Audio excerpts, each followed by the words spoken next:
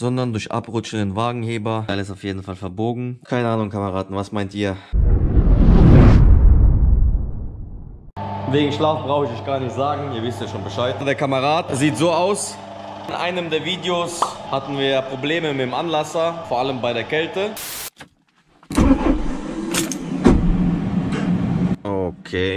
Aktuell macht er keine Schwierigkeiten, aber wahrscheinlich, wenn die Kälte rum ist, kann es irgendwann passieren, dass diese Chunja verreckt. Und meistens passiert das irgendwo in Frankreich oder Berlin oder irgendwo sonst, wo grüne Bewegung ist. Es wird alles hingenommen. Die neue hippe E-Mobilität. Yeah, you will not touch me. Yeah. Deswegen wird ein Kamerad das machen, gemeinsam mit mir. Das ist Kamerad Victor. Hast du eigentlich Instagram? Nur um euch zu followen. So muss es sein. Okay, hier unten ist sein Insta, hat Werkstattkameraden. Deine Werkstatt darf ich zeigen, oder? Nicht so viel, okay, aber so sieht Werkstatt aus. Ist Fettkameraden, Epoxidharzboden, günstiger. Epoxidharzboden günstiger als bei Palak und Russak, aber funktioniert. So, und das ist, was sollen wir noch denen hinterlassen? Dass die sehen, dass die, wenn die so Automobil irgendwas machen wollen oder so, du machst gute Preis, gell? 50% Rabatt für Drifting Lele Kameraden. Für die zahlen kein Geld, blöd. Weg mit der Scheiße. So muss das sein. Ich gucke es mir mal an wegen den ganzen Verschraubungen, wo das schon mal im Auto hingehört. Dann habe ich dann einfacher zu finden. Das heißt, du weißt nicht mal, ob der Anlasser hier da rein 100% gehört. Weißt du, jetzt nicht. Nie. Normalerweise haben die immer 3 Schrauben, aber... Reifen machen wir auch drauf.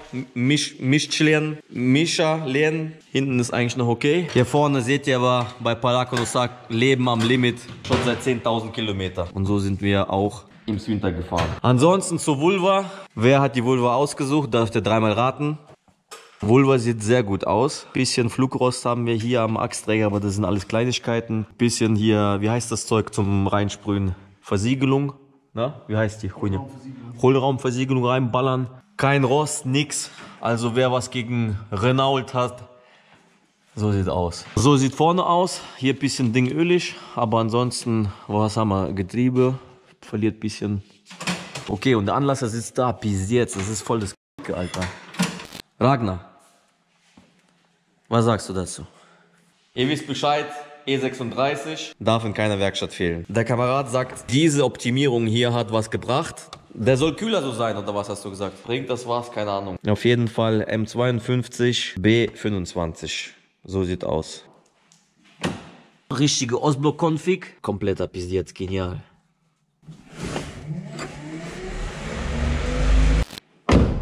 Aber funktioniert. Richtig Low Budget Config, ihr kennt das. E46 Querlenker, Ostblock-Lenkwinkel. Kühler hast du gesagt von Ding M3 oder was ist das? Für 40 Euro. Oder wie viel hast du bezahlt? 70. Fahrwerk, brauchen wir gar nicht dazu was sagen. Und wichtigste, Wackbehälter. Und an dieser Stelle muss ich sagen, bald gibt's Livestream, bald gibt's wieder Sachen im Livestream. Jetzt nämlich gerade weiter. Man sieht die Uhr nicht bei uns. Aber egal, eine Minute warten wir. Doch, wenn du dann darüber gehst, schon. Hier in die Richtung. Da siehst du die. Hier. Da unten runter musst du machen. Alter, was? An alle Kameraden. Wirst du auch im Livestream dabei sein? Aber natürlich. Wir machen so, als ob Ding zufällig du gewinnst, okay? Weil du geholfen hast uns. Und was? Weil du geholfen hast, dass du zufällig was gewinnst, okay? Wir machen das Ding. Ich schneide das nicht rein. Ich bin nicht so ein Mensch, der Emotionen zeigt, aber ich kann euch sagen, dass wir niemals überhaupt so weit gekommen wären ohne euch. Ohne so Leute, die uns unterstützen und helfen. Weil eigene Autos machen ist eine Sache. Arbeiten gehen, dies, das. Ohne euch und Kameraden wie diesen einfach nicht machbar. Weil irgendwann müssen wir auch schlafen, Geld verdienen, dies, das. Deswegen, was soll ich jetzt so ein Drama-Ding, irgendwas Dramatisches einblenden. Wir blenden irgendwas Dramatisches ein, damit die Emotionen so ein bisschen gesteigert werden.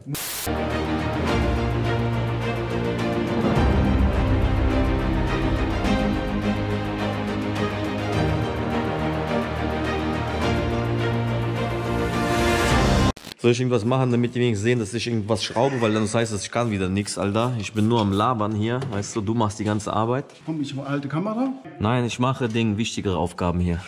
Das ist wirklich, Kameraden, Lifehack. Silikonspray nehmen und wenn die Karre eh schon oben ist, alle Gummis, Manschetten einsprühen. Okay. Ja, immer Bremsscheibe auch noch einsprühen. Scheiß drauf, dann quietscht die auch nicht. Okay, sag an, was ist das Problem? Weißt du überhaupt, warum die verrecken? Aber guck mal, hier raus, die ne? Zähne sind schon gefickt, gell? Ja, das ist normal. Das ist durch das Ausdrücken, weil der ein bisschen hier berührt und das ist vollkommen normal. Das Ausdrücken, ich weiß nicht, der Hebelarm hat ein Fett drin, was scheinbar, wenn es kalt ist, zu hart wird. Ne? Und dann dreht er hier die ganze Zeit. Ne? Der rückt dann nicht aus, oder was? Ne? Okay. Und zum Start muss er ja ausdrücken. Ja? Also Kameraden, Osaka hat alles hier wieder zusammengebaut. Deswegen geht weiter. Starten besser, wird nur scheiße. Nein, brauchst du nicht machen, also starten besser. Weil der hat früher immer so ein bisschen mehr gedreht. Durch mal diese komplett abgespacede Maschine mit Spielzeuge für Raketbahni hier mit verschiedenen Hebel in alle.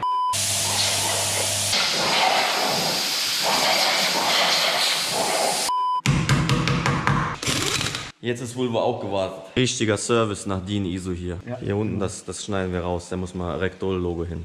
Alter, sogar Birne wird hier gemacht, ey. Richtiger Service. Service nach Vertragshändler. Bisschen Wärme hier gemacht. Keine Ahnung, ob das was bringt. Dichtung, um besser abzubekommen. Schauen wir mal. Wir brauchen definitiv größere Halle, Kameraden. Wie macht ihr das eigentlich immer? Wenn nach Renneinsätzen oder Trackdays Karre dann so aussieht, mit Steinen überall. Ich habe ihn ja gewaschen von außen, aber wie baut ihr dann das Ganze auseinander und wäscht nochmal hier alles drin? Okay, die Frankreich Mutter Erde machen wir aus allen Ritzen weg. Gewinde wird euch danken.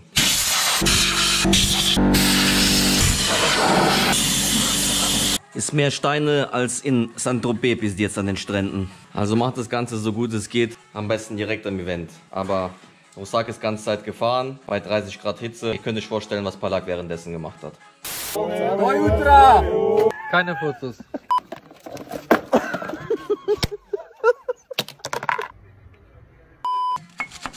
Das ist genau das Problem, was in Frankreich passiert ist. Ich habe eben einen Splint rausgeholt. Die Mutter kann man mit der Hand aufdrehen. Konus da drin ist ausgeschlagen. Vorteil, wenn ihr auf Aluminium fahrt, ihr braucht keinen Abzieher.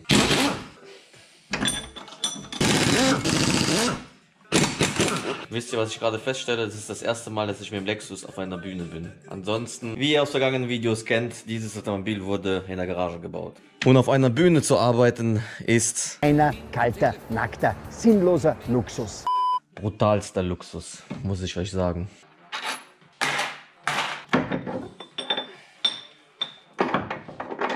Das schauen wir uns gleich ein bisschen genauer an. Für diejenigen, die gar nicht checken, was hier gerade passiert mit diesen Dingern hier, mit diesen Platten, empfehle ich das Video hier oben. Wir testen uns mit euch gemeinsam an Optimum, an der ganzen Geschichte. Diejenigen, die Plan haben, was da gemacht wurde, hier ist ein kleiner Spalt dazwischen. Das heißt, wenn man die Mutter festzieht, zieht sich das Ganze auf den Konus und sollte dann eigentlich fest sein. Das Problem ist aber, dadurch, dass es Aluminium ist, frisst sich der Stahlkonus vom Spurstangenkopf, der aus Metall ist, da rein. Dann entsteht Wurfpassung.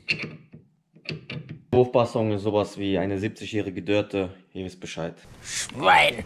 Also diese Teile sind aus Stahl, normaler Baustahl vermutlich. Wenn es pink ist, gibt es natürlich noch ein bisschen mehr Lenkwinkel. Auf diesen Adapterplatten ist Lamire Diatulin gefahren, also so sieht aus.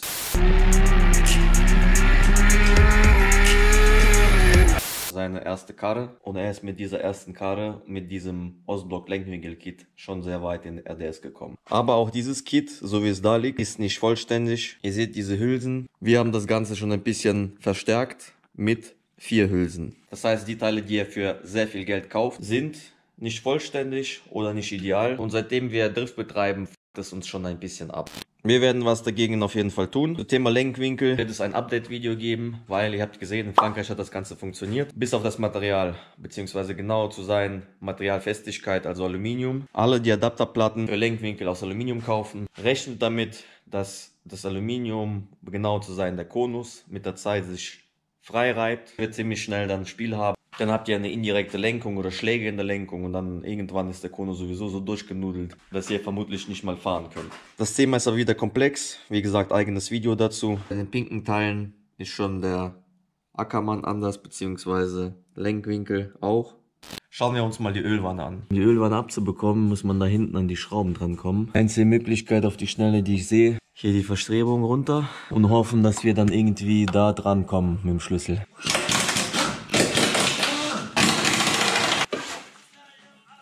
hier tut sich wenigstens. Achsträger muss nicht runter. Wir haben vielleicht Glück, Kameraden. Das Ganze nur möglich, weil der Fahrkomschlüssel ein paar Millimeter mehr Aufbau hat. Gut, die zahlen uns zwar nichts, aber Fahrkom-Kameraden, kranke Sachen machen die. Seit ich 18 bin, habe ich mir angefangen, alle möglichen Fahrkom-Sachen immer nach und nach zu kaufen. Werkzeug kann man nie genug haben. Und vor allem, wenn ihr Verschiedenes habt, dann könnt ihr solche Sachen machen. Weil am Ende bleibt fehlen ein paar Millimeter und es bisiert. Ich drücke rechts mit Schraubenzieher gegen den Schlüssel, dass er gut anliegt und dann drehe ich auf langsam. Weil wenn da eine Schraube pisiert sich runddreht oder abreißt, dann ist komplett pisiert. Diese Trick 17 hat euch, glaube ich, Balak schon gezeigt. Funktioniert immer wieder gut. Und dieser Kollege macht das Leben ein bisschen schwerer. Deswegen immer wieder Rektol. Rektol ist kein Wundermittel. Rektol ist Sauermittel. Ich sag euch eins, dieses Teil wäre sonst abgerissen. Ohne Tuning hier. Stunde der Wahrheit, Kameraden. Was sagt ihr? Bis jetzt oder kein bis jetzt?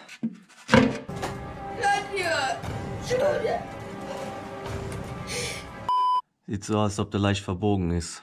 Und zwar kippt er nach vorne. So nach links runter. Als ob die Stelle da eingedrückt ist. Aber sonst, Gott sei Dank ist das Teil nicht irgendwie abgebrochen oder so.